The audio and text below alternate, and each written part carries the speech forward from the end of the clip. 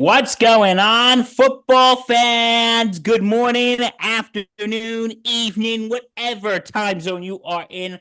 I am Bill Corpus Crispy Murphy, joined by Mark Olofsky Alpern, and he finally graced us with his presence, the president of the Sports Insanity Network, Lawrence Patchman Lang. Gentlemen, how we doing tonight?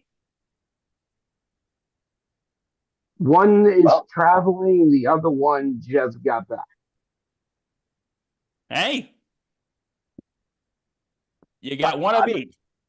yeah, I'm in a car right now on the way to a friend's house with Mama Patchman, Mama Patchy to the left of me, driving. So she's in her zone, listening to music. I got headphones in and ready to talk some football.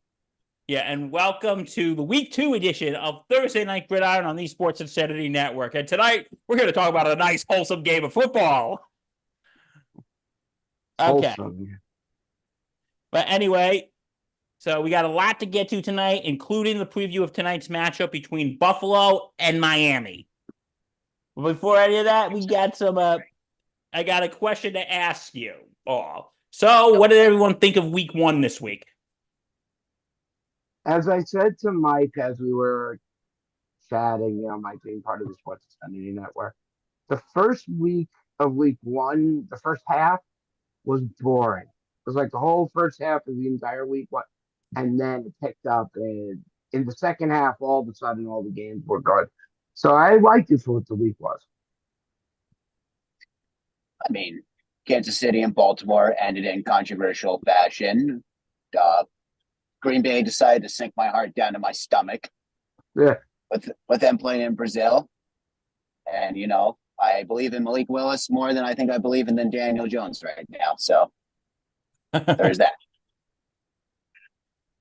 And me, I'm still getting over what a terrible game on Sunday afternoon the Giants played. Like, I think they played an F- game. and that's being In, too kind. in the immortal words, Rick Soldier, the lifelong voice of Hudson Valley Renegades, that was caca. Super Kaka. That was just such a. You know what? We're not here to look at the past. We're here to look at the future. Mm. Well, we got to stay in the past for 1 minute. Which player or team you think had the best performance last week? Let's go with Age Before Beauty, Mark Goldowski Halpern. I think you have to give it to the Houston Texans.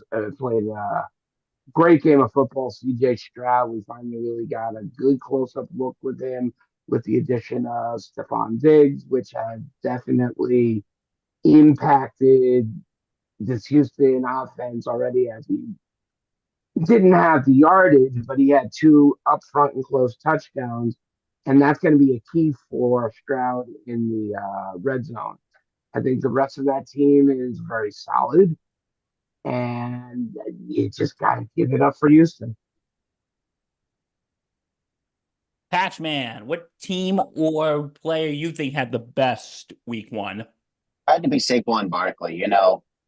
He gets out of New York, where unfortunately the tenure of him had to end and he had to move on. But he gets a fresh start in Philadelphia with the Eagles, and he just goes out all down in Sao Paulo, Brazil, where he gets 3 touchdowns in his debut with the Eagles, and I think no one saw that coming. Well, I think Baker Mayfield had a hell of a week this week. He threw for 289 yards, 4 touchdowns, and 24 completions out of 30 attempts. And like I said again, four touchdowns. Baker Mayfield making his staple in Tampa Bay. Baker, touchdown maker. Yeah, Well, sorry, Patch.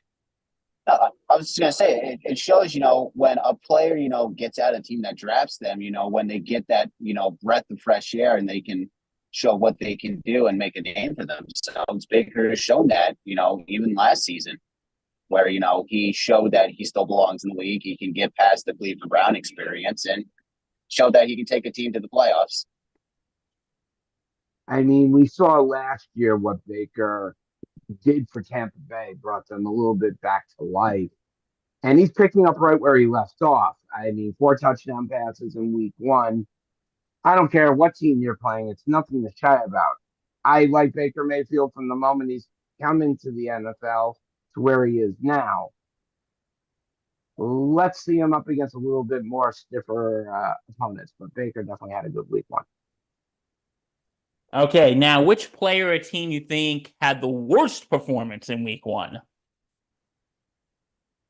Well, Patch, may I go first? You may go Yes, you first. may.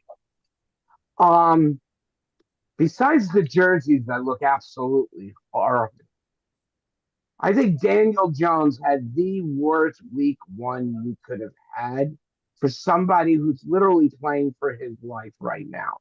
The Giants have an opt out at the end of this year, and I'm sure they've already opted him out already.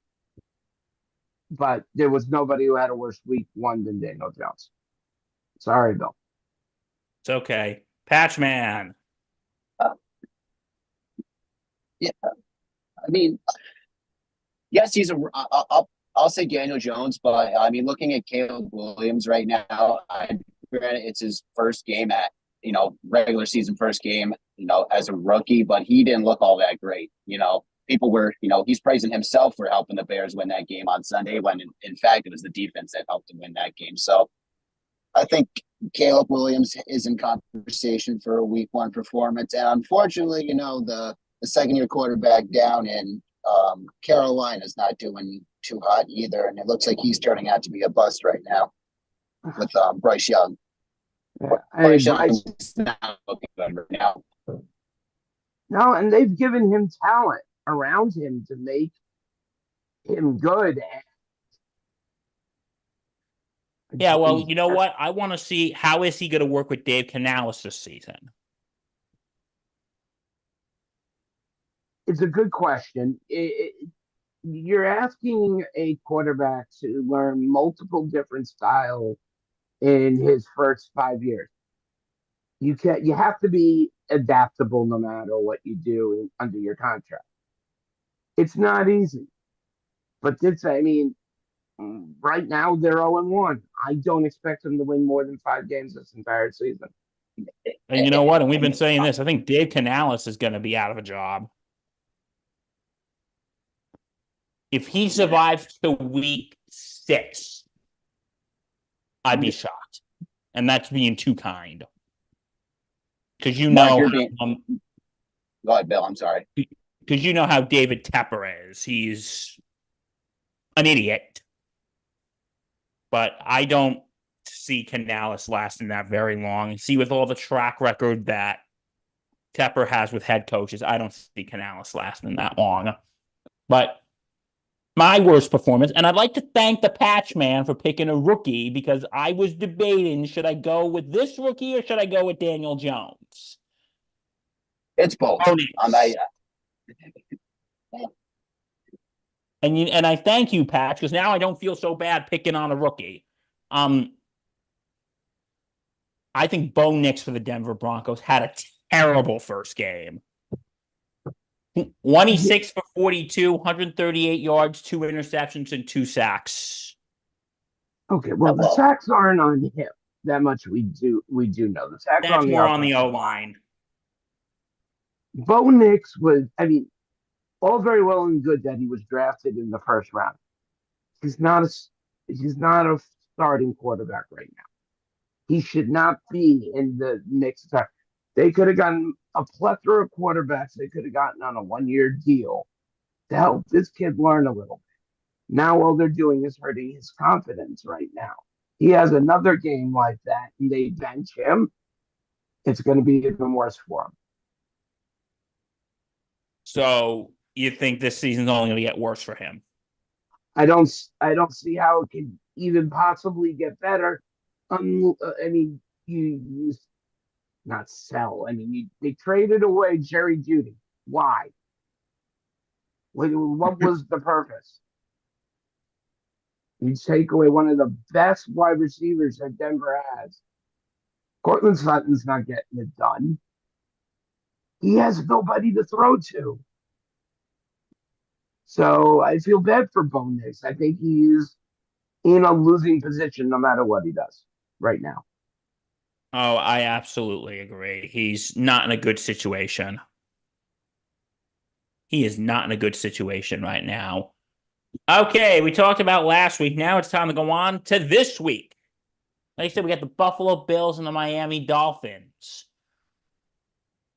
All right. I'm going to start with the Patch Man on this one. Okay. Who is a bigger threat to the Buffalo Bills of the AFC East? Is it the Miami Dolphins or the New York Jets, and why? Patch Man. I mean, if granted, Aaron Rodgers lasted one game on Monday. Hey, good for him. The He Jets went still more have a than big. 4 snaps. Yeah, he went more than 4 snaps. He survived. He looked decent. He's Aaron Rodgers. Aaron Rodgers is going to do Aaron Rodgers things. I've been saying that, since he was on my team, being a Packers fan. But it has to be the Dolphins. When the Dolphins are healthy and, with Jalen Waddle, Tariq Hill on offense, that's two of Tua's top 10. No, two of Tua's two wide receivers that, are his go-to 1-2. Dolphins have a great, offense when their defense is, healthy. Their defense is good. It's tonight is either going to be, a low scoring game or high scoring game because, you got two high scoring offenses. It for the past couple of years, it's been, Buffalo, Miami with, Josh Allen and Tua, battling for the, AFC East. Patriots are still trying to figure it out. The Jets are, the New York Jets. So they're and both those two teams are still trying to figure out what the hell they're doing. All right. So you would say Miami. Yeah, it's Miami. If Aaron Rodgers goes down again, just end the Jets season and you know what, tank, get a first round pick. If Danny Boy Reg or Eric Fort's watching, we apologize for that joke. Actually, no, we don't. They would agree. They would agree. Mark, what do you say? Who's a bigger threat to the Bills, the Dolphins or the Jets? I think it's a very good question. You look at both teams, you have to look at them in different comparisons. Yes, they are two solid football teams, but the Jets have seemed to have more offensive weapons, and you got Aaron Rodgers. He's gonna do, like Pat said, he's gonna do Aaron Rodgers like things. It's got to get moving, get a little bit adjusted. It's only week one. But as for biggest threat, this Miami Dolphins team shouldn't be taken lightly. You got Tyreek Hill, who runs so fast he stops to have a baby and then keeps going for the touchdown. You got Jalen Waddle, and you finally got a great running back pair with Devon Achane. If they can put it together and Tua stays healthy, I think the Dolphins will be the bigger threat. I'm going to agree with both of you. I'm going to say it's the Dolphins because Tua, their defense last week. Okay. I'm sorry. I'm all over the place. Tua, I think is a good QB. He's got the weapons. He's got Waddle. He's got Tyreek. And when you shoot over to the defense, they really held Jacksonville last week. So, Yeah. and the Jets defense, they let with and the Niners didn't even have McCaffrey. So let's let that sink in for a minute. The Niners didn't even have Christian McCaffrey. And the Niners just ran all over the Jets last week. So I'm going to say I think Miami is the bigger threat to Buffalo. Now, speaking of Buffalo, and yes, I just heard Nate Moser jump up and down for joy hearing that. Speaking of Buffalo, last week they're coming off their win last week against the Arizona Cardinals. Their So comeback win against the Arizona Cardinals. a game that they should have just clock them, but what are we to judge, right? That's a Well, great actually, game. no, we are to judge. That's what we do. But anyway, Stephon Diggs, to the chagrin of Nate Moser, is now in Houston. And thriving. And thriving, exactly. Who steps up now, and do they need a number one receiver? Who are we going to, me or Patch? Let's go to Mark Oldoff's guy. Okay. So, like I said earlier in the podcast when we were running, that Josh Allen lost the core of his offense. He lost Stephon Diggs to Houston, and he lost Gabe Davis. You took away his number one and number two. Josh Allen has to be able to adjust.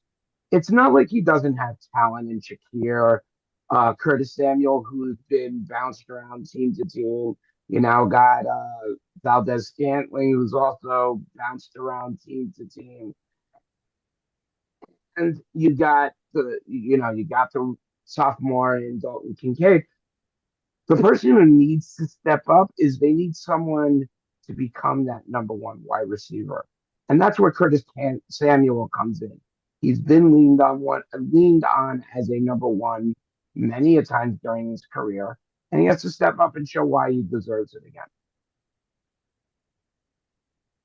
That's I mean, if you're looking for a wide receiver to step up, I think MVS, Valdez Scantling, he's been in the league since 2018, has 16 career total touchdowns, right past here.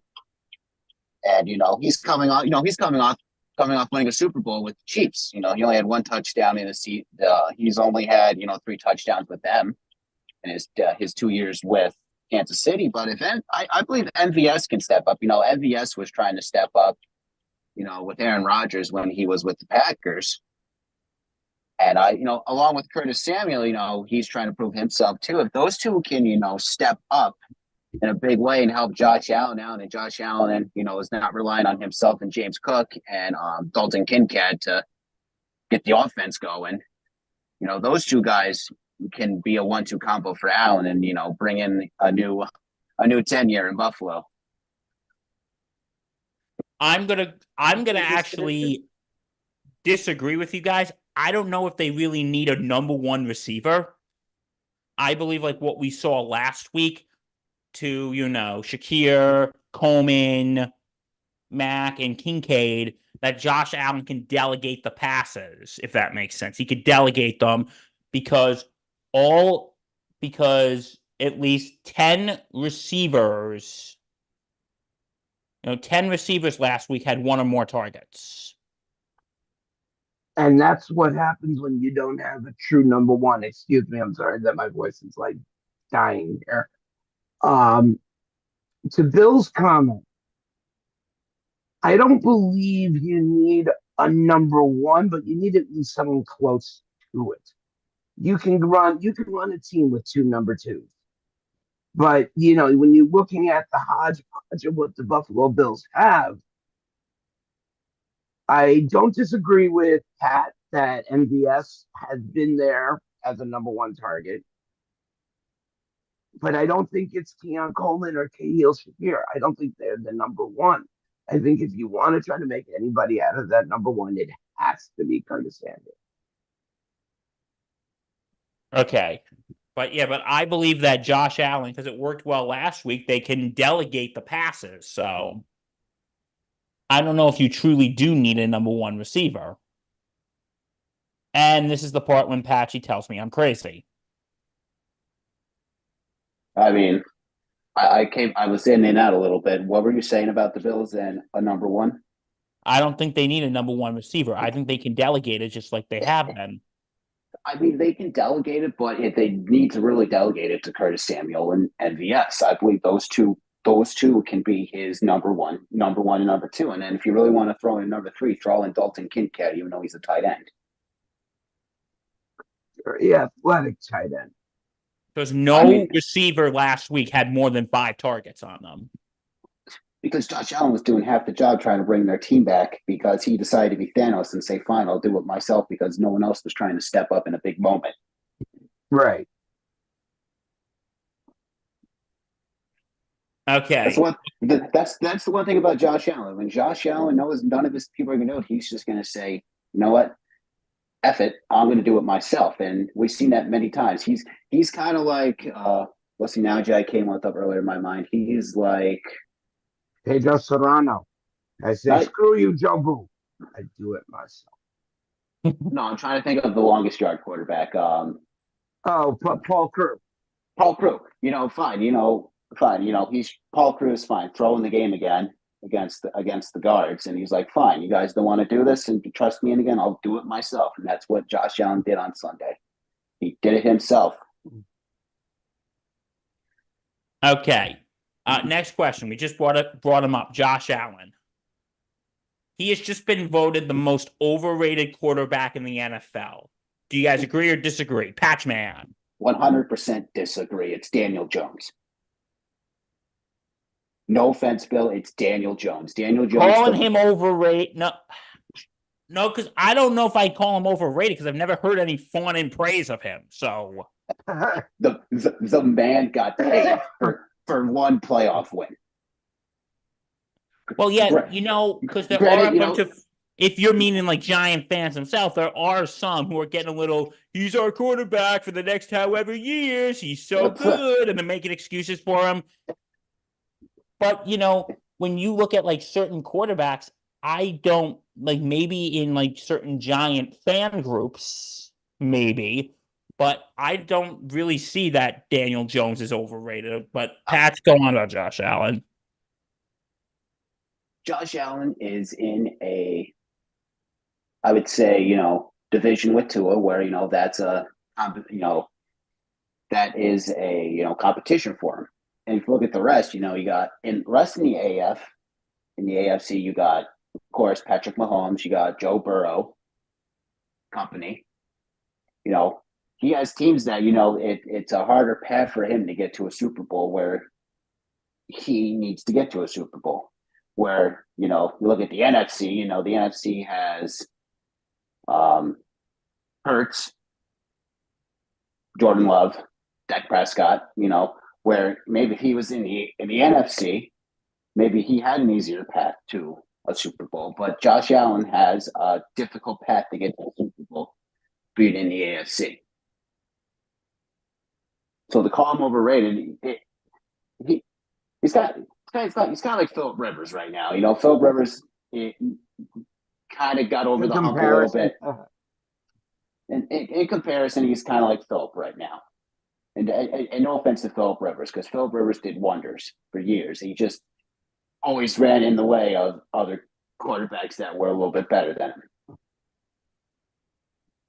So to say Josh Allen's overrated, you can't call him overrated because he brought the Bills back into relevancy, where the Bills were, kind of the laughingstock of the AFC East. Because New England ran it forever. You know what? New York was always in the mix for a while. Miami got back in the mix when Tua came in. And now with Josh Allen back in and, Brady left for Tampa Bay, the Bills became the power team to beat in the East. Mark, do you think Josh Allen is overrated, yes or no? No. Josh Allen is a damn good quarterback. Now, here comes a thing. Players go through transitional periods throughout their time in the NFL. This is that time for Josh Allen. This is his first major transition where he has no clear-cut number one quarterback. Wide receiver. That's it. As I said, Keon Coleman and Dale Shakir are not number one. They're doing the best they can. But you need to get him be able to turn and focus on one wide receiver, whether it's Samuel or Scantling, who has the most experience of all of them out there, and treat him as a number one. And then that's going to open up holes. It's going to give you options. Lean a little bit on James Cook a little bit more. But no, Josh Allen is not overrated. He's underrated. And if he, especially after last week, if he can put this team in the playoffs, and that's some tough company with the Jets and Dolphins in there.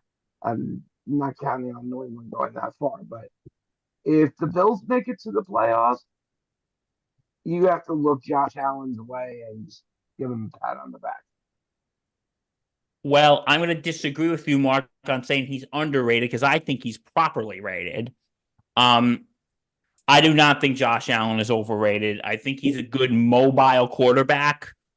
And, like you said, he's going okay right now. He's going through a transitional period. He's just got to find out who his sweet spot's going to be. And get your mind out of the gutter to anyone who thought of something. I mean, if you look at Josh Allen, you can kind of, I'll put it this way, you can kind of compare him to Aaron Rodgers because Aaron Rodgers can pretty much take any team to the playoffs when healthy. No, when Aaron Rodgers is healthy, When healthy, yes. Yeah, Aaron Rodgers can take teams to the playoffs with a bunch of scrubs, and he kind of Rodgers with the squad he had a couple times, took the team to the playoffs, and better teams beat that team when Rodgers got to the playoffs.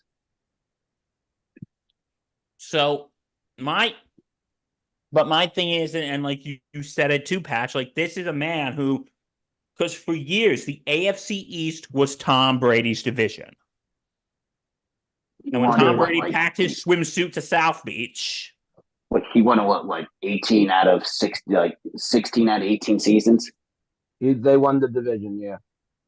Minus the two times the Jets won. I think the Jets won it one year when they went to the AFC Championship, and I think Miami won it one year. No, I think Miami won it both years. The Jets have not won the AFC East since either 99 or 2000. Brady was in the league then, so. But anyway, I think I could be wrong. But here's the thing. I don't think he is overrated because he came in after Brady left and took that division and just flipped it on its head. So no, I do not think Josh Allen is overrated.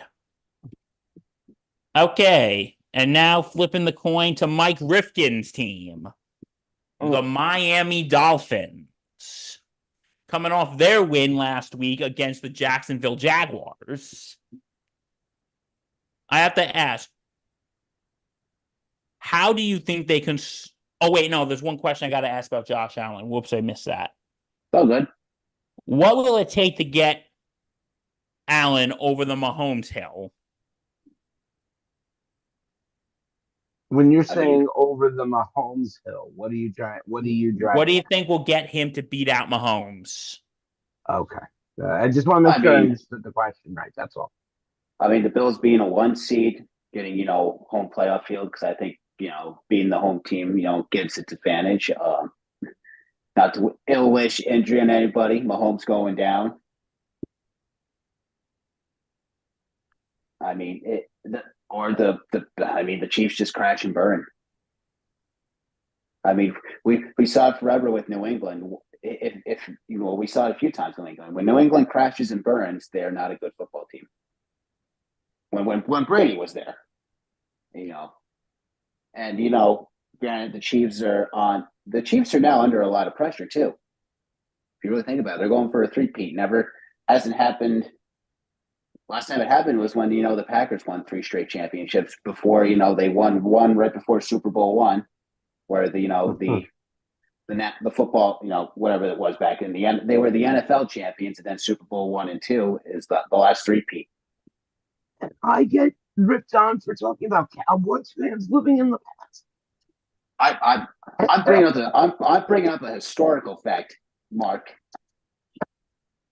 Oh boy, shots fired. I'm bringing a historical fact in, kid. So you don't want to go there. All right. But once again, to reiterate, the Chiefs are now on. This might be Allen's time to shine because all eyes are on the Chiefs right now to go for a three-peat, which has never been done before in the Super Bowl era. In the Super Bowl era, no. You're asking what will it take to get Josh Allen to beat Patrick Mahomes? Yes. I don't know what the perfect wrestling pun would be. I guess that's like asking Captain Lou Albano to balance Andre the Giant on one hand. I mean, you're asking for the most dominantly coached team to not make the three-peat? I honestly don't know. We're only week one into the season. I can't say who is and who isn't going to the playoffs after week one or even after week five. Personally,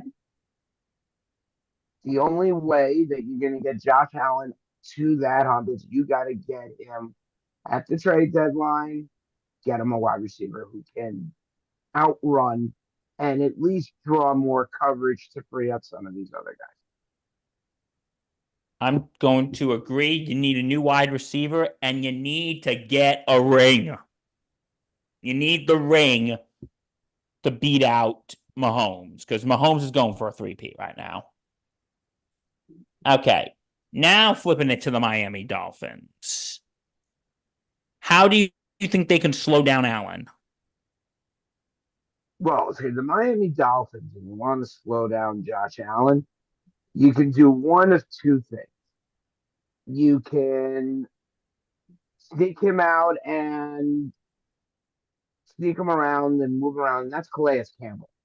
Calais Campbell is going to be at least monitoring where Allen is going to be. You got to constantly put pressure. I'm not saying you got to blitz on every down. I don't think that's been successful since the Bill Parcells era. That where blitzing on every down seems to pay off. It doesn't because teams know how to pick up the blitz. I think you have, like we talked about, there's no real one in Washington. There's no real one in Buffalo. So that's going to make it easier on the Dolphins and where they're going to place their defensive cornerback. Right now, your number one cornerback is Jalen Ramsey. So who is he going to be lined up against? Anybody they want. Since you have no crystal clear number one, whoever's getting targeted the most, that's where he's going to go. He's going to be roaming. I mean, you have Jordan Poyer, who's going to be over the top. I think the only way you stop Allen is you got to get pressure. Just get him out of the pocket. I'm not saying you have to sack him every down. Just get him uncomfortable. Make them get to second and long, third and long, stuff like that. Yeah, well, I think for them to slow down Allen is that you got to use the pass rush. Because last week the Miami Dolphins, they only held Trevor Lawrence to 162 yards and 1 touchdown last week. So I think if they can do that to Josh Allen, but I think the problem with that is Josh Allen is a very mobile quarterback, so he's going to go for the run. Oh, of course. Absolutely. So I think that might be a little difficult. Okay, as we can all see, I think Patchy did the old Irish goodbye. Patch was helping us out tonight as I was going to be a little bit late, but it turned out that my kid's school meeting ended earlier, so we were able to get back here on time. I had Patch running in. He was going to a friend's house. So, Patch, thank you very much for helping out. Thanks, Patch, man. Okay, so now our next question. Next is, okay, we all know what happened last week. Tyreek Hill, before the game, was arrested for a traffic violation. He was, yes, he was arrested. Yes. He was arrested for a traffic violation. And now he's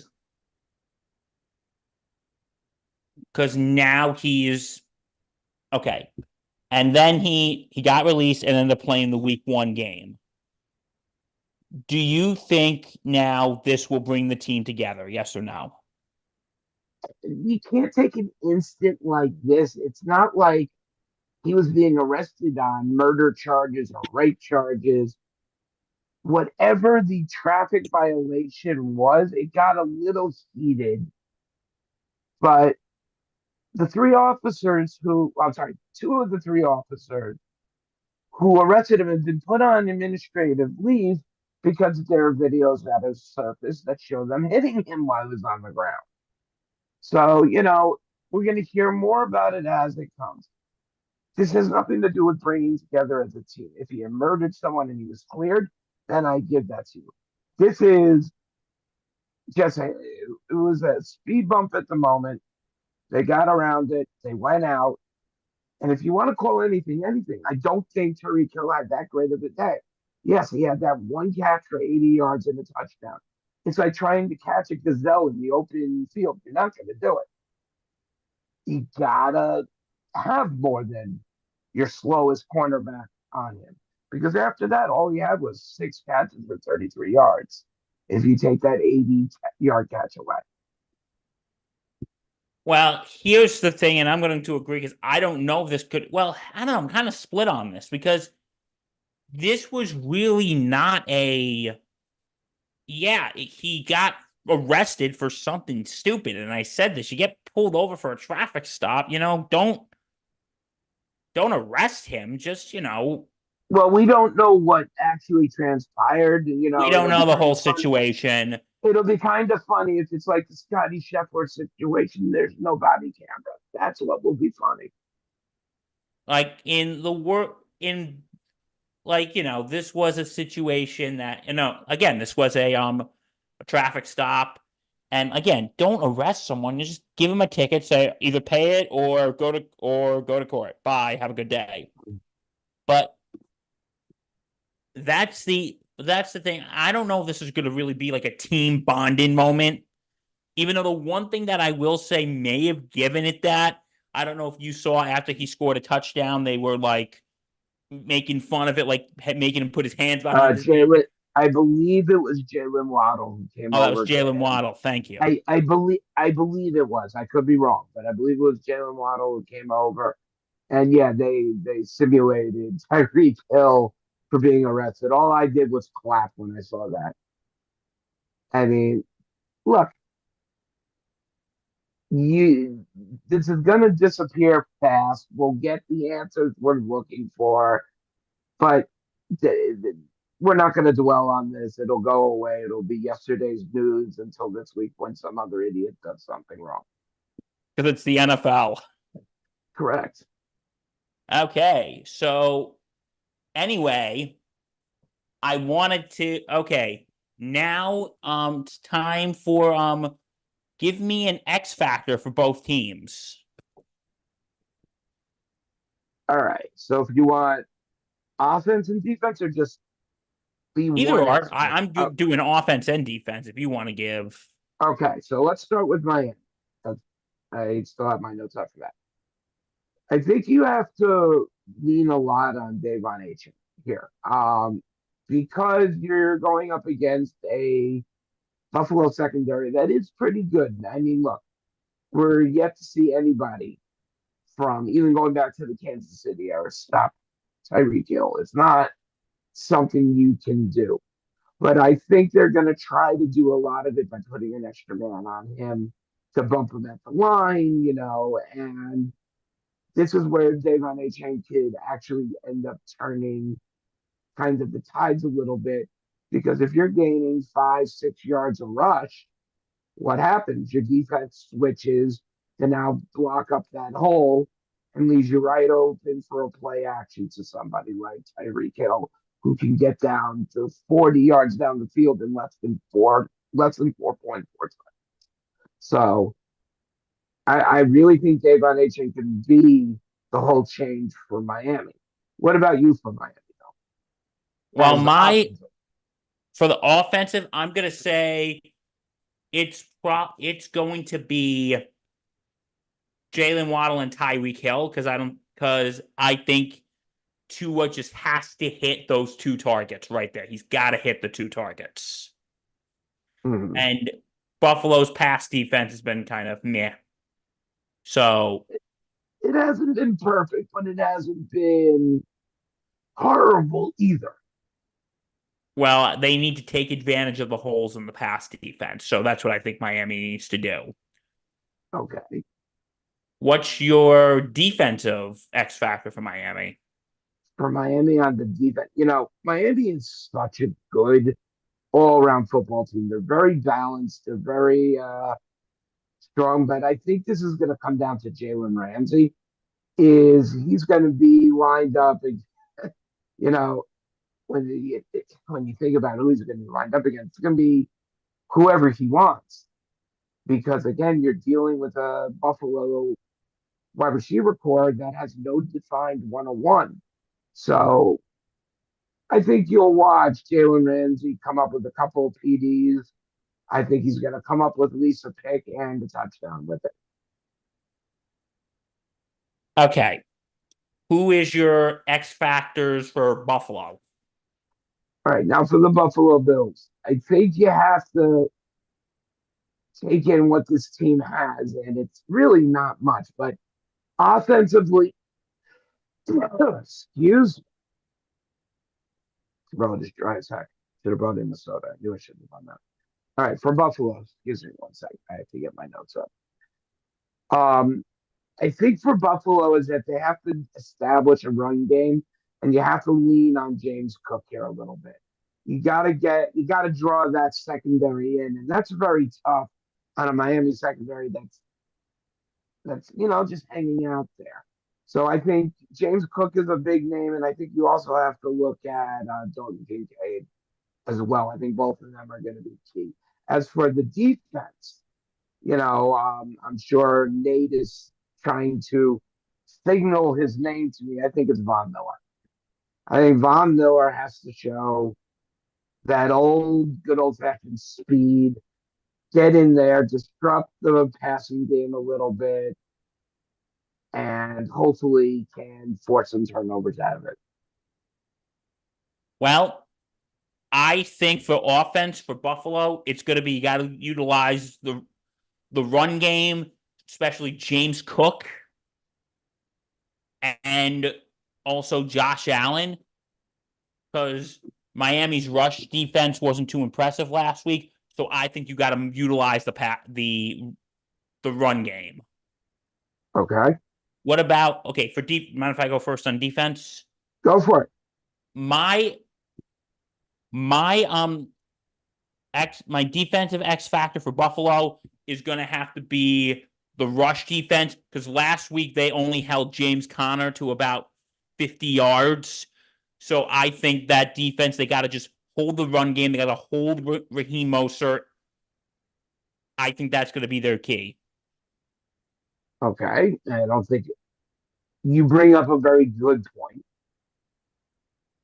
You look at this game as a whole, and then I'll get it back to you so you can keep it rolling. If you look at this game as a whole, this is Miami's game to lose. If you want to place it down by paper, this is Miami's game to lose. But the same rule goes: any team can beat any team on any given football day. We've seen upsets, we've seen blowouts, and it's going to keep being like that. The first 5 weeks of football, all it does is it tells you who are the ones that are hungry that are going to move out into the center of the pack. And you're going to see your usual names: Philadelphia, Dallas, San Francisco. You're going to see names that you haven't seen in the AFC side. I'm rooting for the Jets. I want to see Aaron Rodgers bring the Jets back a little bit. I mean, I happen to like Garrett Wilson and stuff like that. I want to see them do good. Would I love to see a three-peat? Not at the expense of my Cowboys. And my Cowboys are in it. I hope they spoil that for Patrick Mahomes. But if it's Patrick Mahomes against anybody else, yeah, I would love to see a three-peat. I think it would be absolutely cool to see. Because we've never seen that in the Super Bowl era. Correct. All right. So, Mark, what is your prediction for tonight?